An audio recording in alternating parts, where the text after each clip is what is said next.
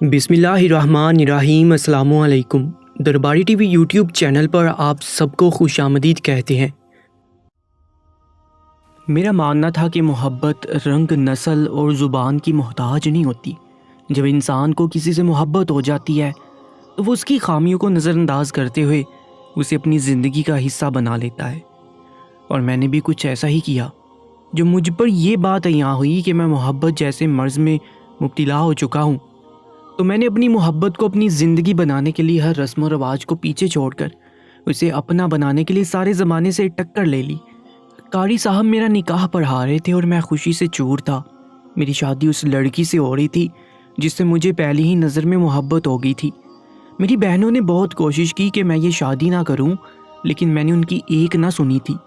بار بار میری بہنوں نے مجھے احساس دلانا چاہا کہ میں جس سے شادی کر رہا ہوں وہ میرے قابل نہیں ہے، مجھے کوئی اور اچھی لڑکی مل سکتی ہے، لیکن مجھے اپنی بہنوں کی بات سے ہرگز بھی اتفاق نہ تھا۔ میری بہنیں جب میرے کہنے پر ظراف شاہ کو دیکھ کر گھر لوٹی تو ان کے چہرے اترے ہوئے تھے۔ میری بڑی بہن کہنے لگی، وحید، کیا تجھے سارے جہاں میں یہی لڑکی ہماری بھابھی بنانے کے لیے ملی تھی؟ مجھے اندازہ تھا کہ میری بہنوں کی حالت کچھ ایسی ہی ہوگی، کیونکہ میں نے انہیں یہ نہیں بتایا تھا کہ جس لڑکی کو دیکھنے کے لیے میں انہیں بھیج رہا ہوں وہ گونگی ہے۔ میری دوسری بہن کہنے لگی، وحید، تم میں کون سی کمی ہے جو ہم ایسی لڑکی کو تمہارے لیے رخصت کروا کر لے آئیں؟ میں نے اپنی بہن سے کہا کہ میں نے آپ لوگوں کو رشتہ دے کر بھیجا تھا، لڑکی پسند کرنے یا نہ کرنے کے لیے نہیں۔ ظرف شاہ مجھے پسند ہے اور میں اسی سے ہی شادی کروں گا، چاہے اس میں لاکھ خامیاں ہی کیوں نہ ہوں۔ میری بہنیں کہنے لگیں کہ شاید تمہارا دماغ خراب ہو گیا ہے جو تم نے بنا سوچے سمجھے اپنی زندگی کا اتنا بڑا فیصلہ لینے جا رہے ہو۔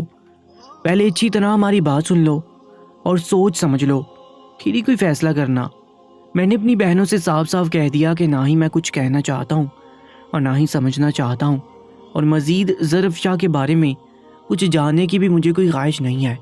آپ لوگ بس رشتہ پکا کریں اور شادی کی تیاری کریں۔ میں جلد سے جلد اسے اس گھر میں لانا چاہتا ہوں۔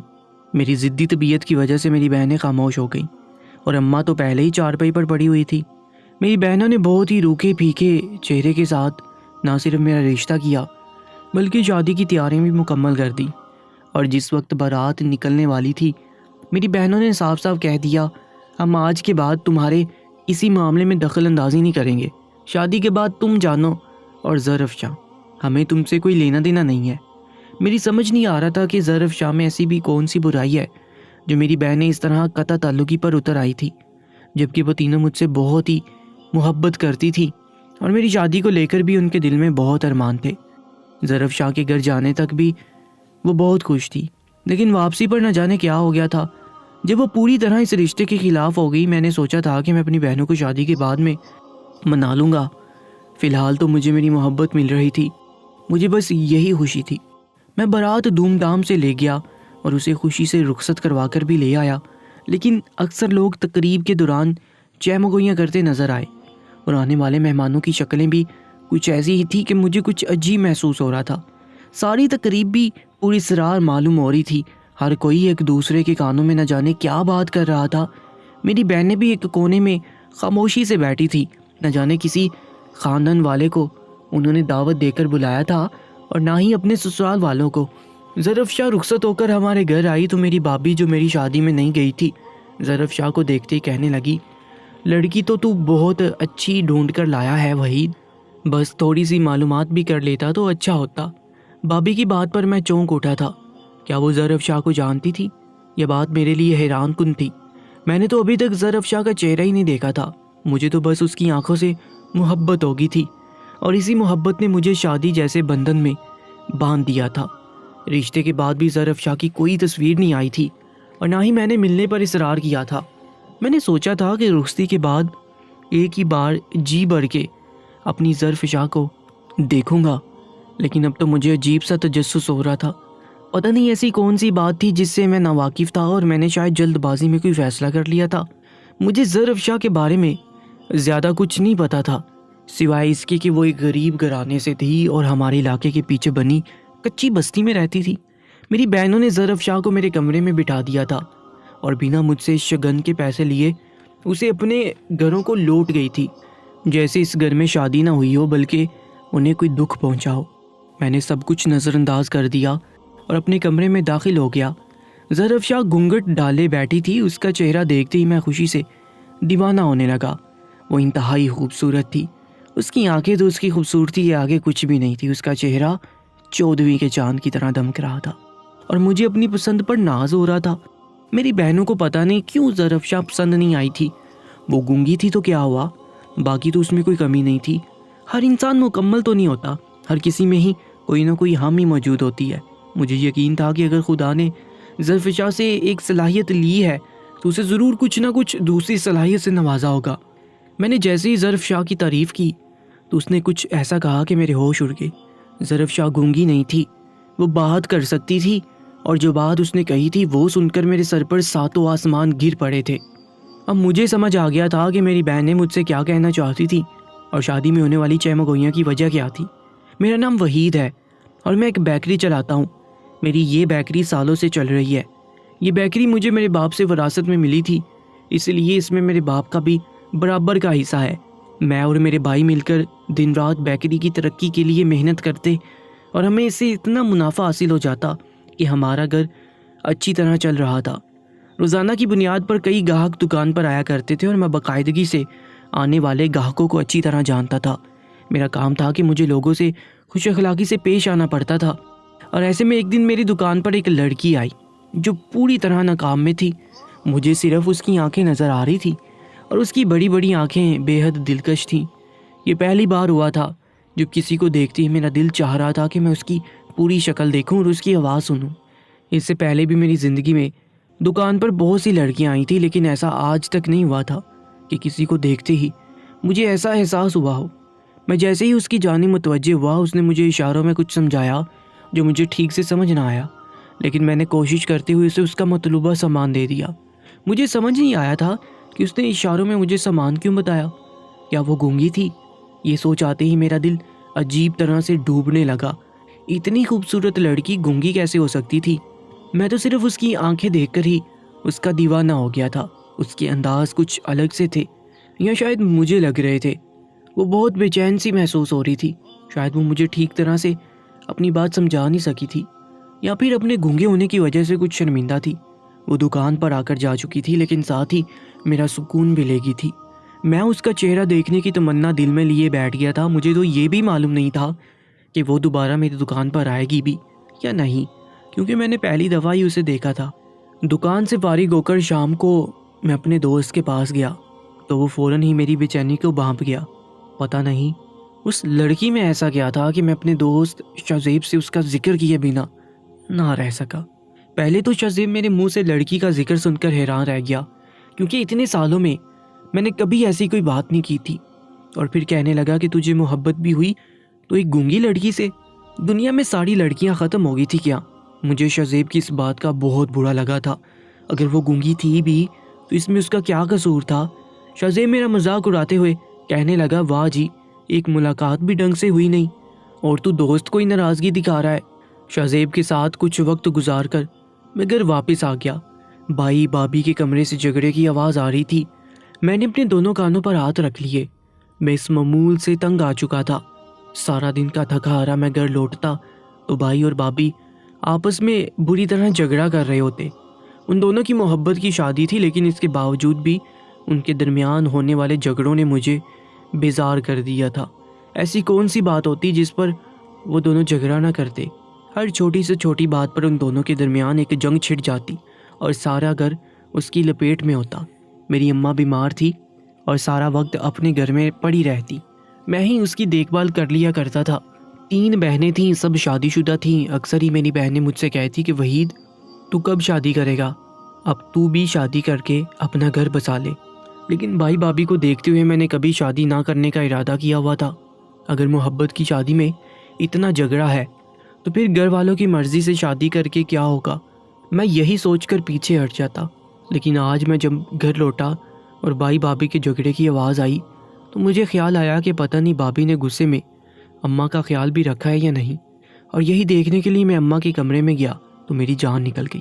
اماں چارپائی پر اوندھی پڑی تھی اور کسی نے اس کا دھیان نہیں کیا تھا۔ کافی عرصے سے بیماری نے اماں کو اتنا کمزور کر دیا تھا کہ اگر وہ اوندھی ہو جاتی تو انہیں سیدھا ہونا بھی نہ آتا اور کسی کے سہارے کی ضرورت پڑتی۔ اماں کی آواز اتنی کمزور ہو چکی تھی کہ بھابھی کے شور میں اس کی آواز سنائی بھی نہ دیتی تھی۔ میں نے اماں کو سیدھا کر کے پانی پلایا تو وہ روتے ہوئے کہنے لگی کہ وحید تو ہی شادی کر کے اپنا گھر بسا لے، بڑی بہو سے تو مجھے کوئی امید نہیں، شاید چھوٹی بہو آ کر ہی پانی پلا دیا کرے گی۔ اماں کا یہ حال دیکھ کر میں تڑپ اٹھا تھا اور شادی کے نام پر میرے ذہن میں اس نقاب پوش حسینہ کا تصور جھلملا اٹھا تھا۔ میں نے اماں سے کہا تم فکر نہ کرو، میں جلدی تمہارے لیے بہو لے آؤں گا۔ یہ سن کر اماں کے چہرے پر ایک چمک سی آ گئی اور مجھے بھی دل میں ایک انجانی سی خوشی کا احساس ہونے لگا۔ میں نے کبھی شادی کو لے کر کوئی خواب نہیں دیکھا تھا، لیکن اس نے مجھے مستقبل کے سہانے سپنے سجانے پر مجبور کر دیا تھا۔ ساری رات میں اماں کے پاس ہی رہا اور اگلے دن صبح جب بیکری پہنچا تو ایک عجیب سی بے چینی میرے اندر بڑھ گئی تھی۔ مجھے انتظار تھا اور وہ بھی اس لڑکی کا جس کو میں جانتا تک نہیں تھا۔ مجھے تو یہ بھی معلوم نہیں تھا کہ وہ آج بیکری آئے گی بھی یا نہیں، وہ کون تھی، کہاں سے آئی تھی اور اب کب آئے گی، مجھے کچھ بھی تو معلوم نہیں تھا۔ سارا وقت انتظار میں ہی کٹنے لگا اور دوپہر کے 2 بجے کے قریب میری قسمت چمک اٹھی جب وہ خوبصورت لڑکی میری دکان پر کھڑی اشاروں میں مجھ سے سامان مانگنے لگی۔ اس کی آنکھوں کا رنگ بالکل ہی مختلف تھا اور انداز اتنا سمٹا ہوا کہ میں جان گیا تھا وہ کوئی شریف اور حیا والی لڑکی ہے۔ میں اس سے اس کے بارے میں پوچھنا چاہتا تھا، سوال کرنا چاہتا تھا، لیکن اس کا گونگا پن اس خواہش کے بیچ آ گیا تھا۔ مجھے ہمیشہ سے ہی اشارے سمجھ نہیں آتے تھے اور ایک گونگی لڑکی سے اشاروں میں کوئی سوال کرنا تو بہت ہی مشکل کام تھا۔ میں نے بس ایک مسکراہٹ اس کی طرف اچالی تھی۔ شام ہوتے ہی میرا دوست شاہزیب بیکری پر چلا آیا اور آہستہ سے کہنے لگا، اور بتا تیری دلربا آئی یا نہیں؟ شاہزیب کی بات سن کر میرے چہرے پر مسکراہٹ آ گئی تو وہ میرے دل کا حال جان گیا تھا۔ کہنے لگا، پھر تو نے اس سے کوئی بات کی یا نہیں؟ میں نے حیرت سے شاہزیب کی طرف دیکھا اور کہا کہ جب وہ گونگی ہے تو میں اس سے بات کیسے کر سکتا ہوں، مجھے اتنے اچھے اشارے نہیں آتے۔ شاہزیب نے اپنا سر پکڑ لیا، کہنے لگا، وہ گونگی ہے ٹھیک ہے، وہ بہری ہے یا نہیں یہ تجھے کیا معلوم؟ شاہزیب نے بالکل پتے کی بات کی تھی۔ میرا تو دماغ ہی کام کرنا بند ہو چکا تھا۔ یہ عشق بھی عجیب چیز ہے، انسان کو سوچنے سمجھنے کے قابل بھی نہیں چھوڑتا۔ میں نے شاہزیب سے کہا کہ اب وہ آئے گی تو میں ضرور اس سے بات کروں گا۔ شاہزیب کہنے لگا کہ دیکھ لو، دل کا معاملہ ہے، اچھی طرح اس کے بارے میں معلومات حاصل کر لو، کون ہے، کہاں رہتی ہے۔ میں نے شاہزیب سے کہا کہ بات تو ہو جانے دو، پھر باقی کی باتیں بھی کر ہی لوں گا۔ اگر وہ لڑکی مجھ سے شادی کے لیے مان جاتی ہے تو میری شادی اس سے ہونا کوئی بڑی بات نہ تھی۔ میرا ذاتی گھر تھا، پیسہ تھا، میری بہنوں کی شادی ہو چکی تھی، کوئی آگے پیچھے نہیں تھا۔ آج کل کے دور میں ایسے رشتوں کو کون انکار کر سکتا ہے؟ سارا وقت وہی لڑکی میرے دل و دماغ پر چھائی رہی اور پھر اگلے دن وہ دکان پر آئی تو میں نے فوراً ہی اسے سلام کر دیا اور اس وقت میری خوشی کا ٹھکانہ نہ رہا جب اس نے اشارے سے میرے سلام کا جواب دیا۔ شاہزیب کا اندازہ ٹھیک تھا، وہ گونگی تھی، بہری نہیں۔ ہمیشہ کی طرح اس نے مجھے اشاروں میں سامان بتایا اور میں نے جلدی جلدی تھیلی میں ڈال دیا اور ڈرتے ہوئے اس سے کہا کہ اگر گھر میں کوئی مرد نہیں ہے تو میں اس کا سامان اسے گھر پہنچا سکتا ہوں، مجھے اپنا پتہ دے جائے۔ میری بات سن کر اس کی آنکھوں میں آنسو آ گئے، لیکن وہ بنا کچھ کہے اور پتہ دیے ہی چلی گئی۔ اس کے اس طرح چلے جانے پر میں بہت زیادہ دکھی ہو گیا تھا اور پھر اس کے آنسو مجھے تکلیف پہنچا رہے تھے۔ میں نے کوئی غلط بات تو نہیں کی تھی، لیکن اس کے آنسو بتا رہے تھے کہ میری بات نے اسے بہت تکلیف پہنچائی ہے۔ شام ہوتے ہی شاہزیب چلا آیا اور پھر سے وہی سوال پوچھنے لگا کہ تیری والی آئی تھی یا نہیں۔ میں نے شاہزیب کو ساری بات بتائی تو وہ کہنے لگا کہ تو سیدھے مدعے کی بات کیوں نہیں کرتا؟ اب وہ آئے تو اسے صاف صاف کہہ دینا کہ اس کے گھر رشتہ بھیجنا چاہتا ہے۔ شاہزیب کی بات سن کر میں گڑبڑا گیا اور میں نے اسے کہا کہ دکان پر میں اکیلا نہیں ہوتا، بھائی بھی موجود ہوتے ہیں اور اگر کسی اور گاہک نے سن لیا تو مجھے لینے کے دینے پڑ جائیں گے۔ میری بات سنتے ہی شاہزیب زور زور سے ہنسنے لگا، کہنے لگا کہ تو ڈرتا ہی رہ، وہ کسی اور سے شادی کر کے چلی جائے گی۔ میں نے غصے میں شاہزیب کے سر پر زوردار ہاتھ مارا۔ ویسے شاہزیب کی بات ٹھیک ہی تھی، جب تک میں بات آگے نہیں بڑھاتا بات آگے کیسے بڑھے گی۔ میں نے اپنے دل کا حال ایک چٹھی میں لکھا اور اگلے دن جب وہ مقررہ وقت پر میری بیکری پر آئی تو میں نے وہ چٹھی اس کی تھیلی میں ڈال دی اور ساتھ ہی اسے اشارہ بھی کر دیا۔ یہ سب کرتے میرے ہاتھ کانپ رہے تھے، میرے بھائی بھی دکان پر موجود دوسرے گاہکوں میں مصروف تھے، لیکن میں نے دل کے ہاتھوں مجبور ہو کر ایک ایسا قدم اٹھایا تھا جس کی آگے کیا ہونے والا تھا میں خود بھی نہیں جانتا تھا۔ مجھے اگلے دن کا بے صبری سے انتظار تھا اور ساتھ ہی اس بات کا خوف بھی تھا کہ کہیں وہ آ کر میرے بڑے بھائی سے میری شکایت نہ لگا دے۔ تو کبھی میرے دل میں یہ خیال آتا کہ ایسا نہ ہو وہ میری بیکری پر آنا ہی بند کر دے۔ انہی سوچوں میں الجھے ہوئے میں نے ایک دن گزار دیا تھا اور اس وقت میری خوشی کی انتہا نہ رہی تھی جب وہ میری بیکری پر چلی آئی تھی۔ اس کی آنکھوں میں آنسو تھے اور وہ عجیب سی نظروں سے مجھے دیکھ رہی تھی۔ اس نے مجھے ایک خط پکڑایا تھا جس میں لکھا ہوا تھا کہ کیا میں اپنی بدقسمتی اور کمیوں کے ساتھ تمہیں منظور ہوں۔ اس کی آنکھوں کے آنسو بتا رہے تھے کہ وہ اپنے گونگے پن کی وجہ سے بہت زیادہ دکھی ہے اور شاید وہ اس لیے ہی خود کو بدقسمت قرار دے رہی تھی۔ میں نے دھیرے سے سر ہلا دیا۔ اچانک ہی اس کی آنکھوں میں امید کی کرن پھوٹی تھی۔ میں نے اسے دوسرا اور آخری خط لکھا کہ وہ مجھے اس کی تمام تر کمزوریوں اور خامیوں کے ساتھ قبول ہے۔ میں اسے اپنے وجود سے مکمل کر دوں گا اور جلدی اپنے گھر والوں کو اس کے گھر بھیج دوں گا۔ میں حد سے زیادہ خوش تھا۔ مجھے میری محبت، میری منزل بہت آسانی سے ملنے والی تھی اور میں نے اپنی بہنوں کو جب ظرف شاہ کے بارے میں بتایا تو وہ بھی خوشی خوشی رشتہ لے کر چلی گئی۔ میں نے ظرف شاہ کے بارے میں زیادہ معلومات حاصل نہیں کی تھی، مجھے بس اتنا ہی معلوم تھا کہ وہ ہمارے گھر میں کچھ فاصلے پر ہی رہتی ہے اور اس کے گھر میں ایک بوڑھی ماں ہے۔ لیکن میری بہن جب اس کے گھر سے واپس لوٹی تو ان کے چہرے عجیب سے اترے ہوئے تھے اور میری تینوں بہنوں نے ہی مجھے اس رشتے کے لیے انکار کر دیا تھا، مگر میری محبت اور میری ضد کے آگے انہیں گھٹنے ٹیکنے پڑے تھے۔ اور یوں ظرف شاہ میری بیوی بن کر میرے کمرے میں چلی آئی تھی۔ شہزیب بہت ہی زیادہ خوش تھا اور کہہ رہا تھا کہ میرا ایک ہی دوست تھا اور اب تو وہ بھی کام سے گیا، تجھے تو من چاہی بیوی مل گئی ہے، اب کہاں تو مجھے پوچھے گا۔ اور واقعی کمرے میں داخل ہوتے ہی جو میں نے ظرف شاہ کو دیکھا تو میں دنیا بھول گیا۔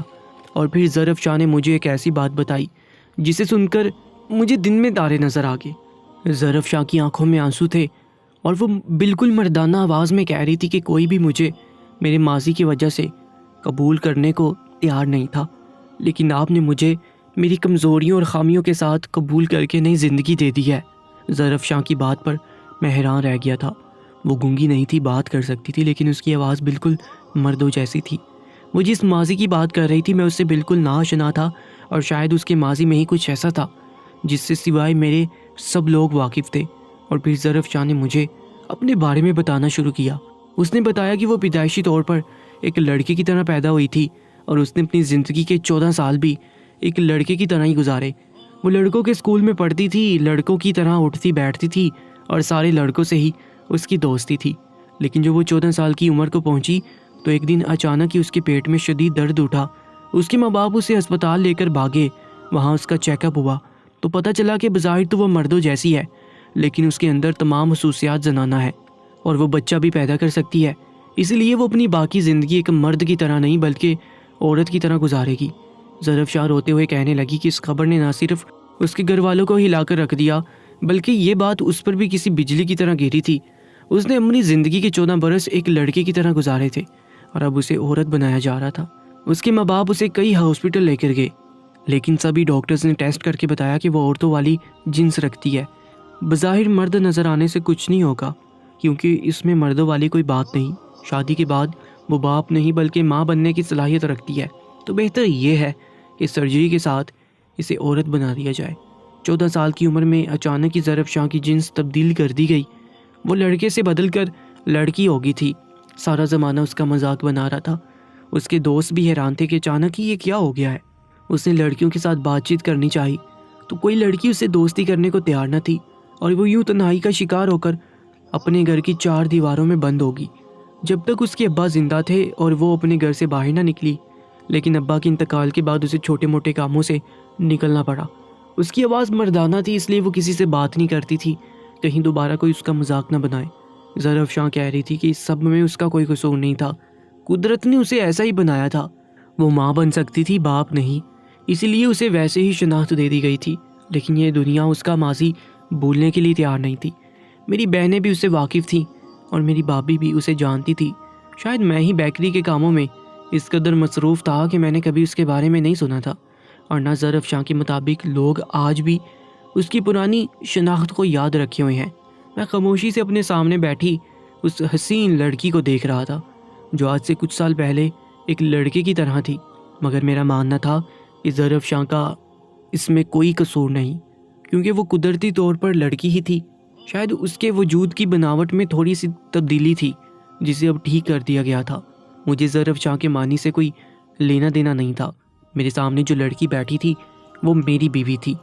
مجھے زر افشاں کے ماضی سے کوئی لینا دینا نہیں تھا۔ میرے سامنے جو لڑکی بیٹھی تھی وہ میری بیوی تھی، اور وہ مکمل طور پر ایک عورت تھی جو مستقبل میں میرے بچوں کی ماں بھی بن سکتی تھی۔ تو مجھے بھلا اس کے ماضی پر کیا اعتراض ہو سکتا تھا؟ رہی بات اس کی آواز کی، تو وہ مجھے گونگے پن میں بھی قبول تھی۔ میری بہنوں نے اسی لیے خاندان والوں اور اپنے سسرال والوں کو نہیں بلایا تھا کہ کہیں کوئی زر افشاں کو پہچان نہ جائے یا اس کے ماضی کا کوئی قصہ کسی کے سامنے نہ آ جائے۔ لیکن میری نظر میں اس کا ماضی داغدار نہیں تھا، بلکہ یہ بھی خدا کی قدرت کی نشانیاں تھی کہ وہ جب چاہے جو چاہے کر سکتا ہے۔ میں نے دل سے زر افشاں کو اپنا لیا تھا۔ وہ نہ صرف ایک اچھی بیوی بلکہ میری ماں کے لیے بہت اچھی بہو بھی ثابت ہوئی تھی۔ آپ لوگ مجھے بتائیے، کیا آپ نے کبھی اس طرح کا کوئی واقعہ سنا ہے کہ جہاں 13-14 سال کی عمر میں کسی کی جنس کی صحیح شناخت ہو؟ مجھے بھی پہلے اس بارے میں بالکل علم نہیں تھا، لیکن زر افشاں سے ملنے کے بعد اور ڈاکٹروں سے معلومات حاصل کرنے کے بعد مجھے پتہ چلا کہ ایسا بھی ہوتا ہے۔ دوستو، ایسے ہی سچے واقعات کے لیے ہمارے یوٹیوب چینل کو سبسکرائب کر لیجیے گا۔ انشاءاللہ ملاقات ہوگی ایک نئی کہانی میں، تب تک کے لیے اللہ نگہبان۔